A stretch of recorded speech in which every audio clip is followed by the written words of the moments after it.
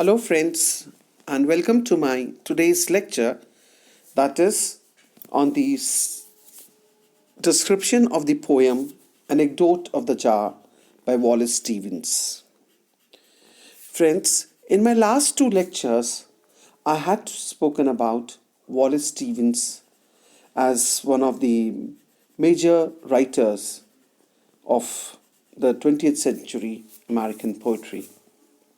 Today I'll be discussing about his poem Anecdote of the Jar, which was published in Stevens' first book Harmonium in 1923.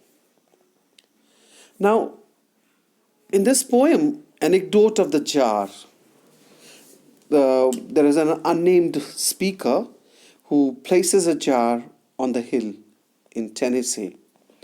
Now, as the natural things or the natural world continues to grow around the jar, the speaker declares the object as assuming to become the king of the landscape around it, forcing the surrounding wilderness or the natural habitat to rise to meet it. Now we'll read the poem and then I'll be explaining. Anecdote of the Jar by Wallace Stevens. The poem reads as, I placed a jar in Tennessee, and round it was upon a hill. It made the slovenly wilderness surround that hill. The wilderness rose up to it and sprawled around, no longer wild. The jar was round upon the ground, and tall and of a port in the air. It took dominion everywhere. The jar was grey and bare. It did not give of bird or bush like nothing else in Tennessee. Now, as I had already talked about, that there was an unnamed speaker. In the first para, as we see, there was an unnamed speaker who places a jar on the top of the hill.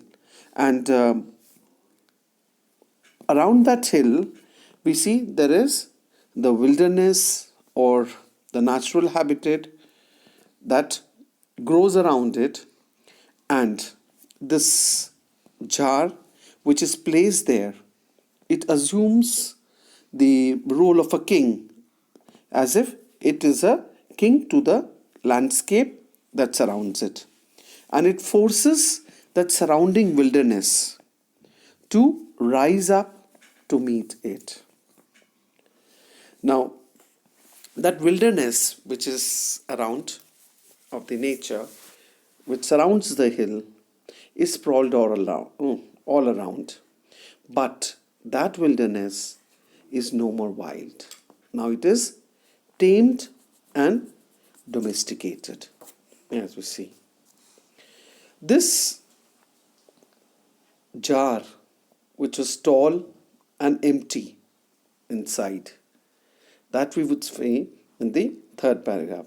Now, the jar has been rightly projected as a king, for it was not a part of the surrounding nature like the other plants and birds nearby, unlike everything else in the state. Now, we could view the poem from different viewpoints, and we see that though the poem was Anecdote of the Jar, it is an ambiguous and enigmatic poem, yet we see that it has been subjected to a wide range of interpretations in the decades since it has been published, and this poem could also be symbolic of a number of things, from the dangers of modern industrialization to the nature of creativity and perspective.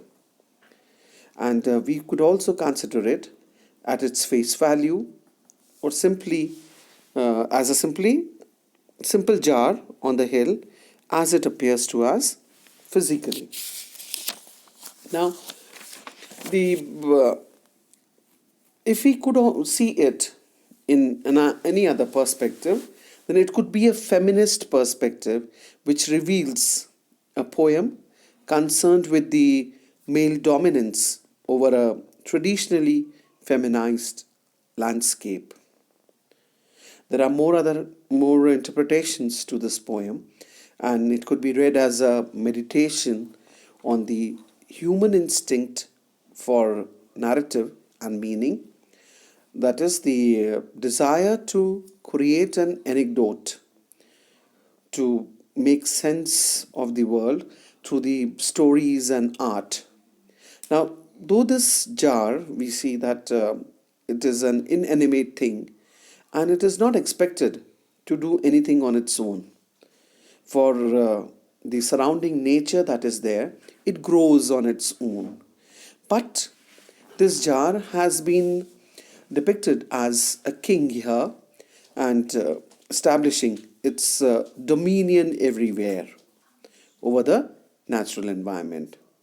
This also reflects the speaker's desire or wish to make the jar seem meaningful or to show its importance by personifying it. So we see that the speaker has tried to construct mythical epic out of the petty inconsequential events of placing the jar and also giving it meaning. Now there is another viewpoint, or we could give it another interpretation also. Like this poem, Anecdote of the Jar, could also be viewed as an imagist poem, in which Stevens explores the question as to whether art or nature is superior.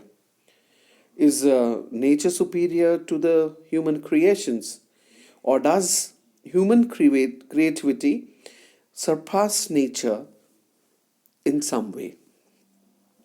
Now, if viewed in this way, then we could also say that the poem solves this riddle by recognizing the unique differences between art and nature, and that art may sometimes be more beautiful than nature, but art can definitely not be as creative as the nature. Now, the jar that was placed on the hill, it was a beautiful round jar, reminding us of John Keats's Grecian urn. And this jar is an object of art, whereas the hill and the wilderness around it is all nature, which appeared to be untidy though. Now, this depicts that the form of art, or a piece of human imagination, is more beautiful than nature. But when we see it in the other form, that Stevens has tried to stress the fact here that imagination, culture, and art, it might be more powerful than any other natural reality. But when we see the other side of it in the next stanza, when the reality takes a turn, where the jar has been shown grey and bare, as empty and bare, and which cannot give birth, it cannot even recreate the fertile lushness like that of the slovenly wilderness, which is described in the first stanza. So here we find that in any way or in every way, nature surpasses art or imagination, which is to be accepted in reality.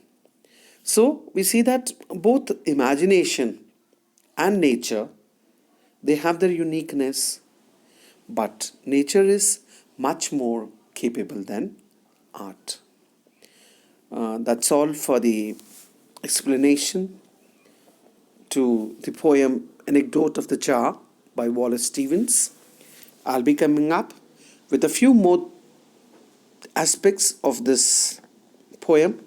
Till then, goodbye and thank you, friends.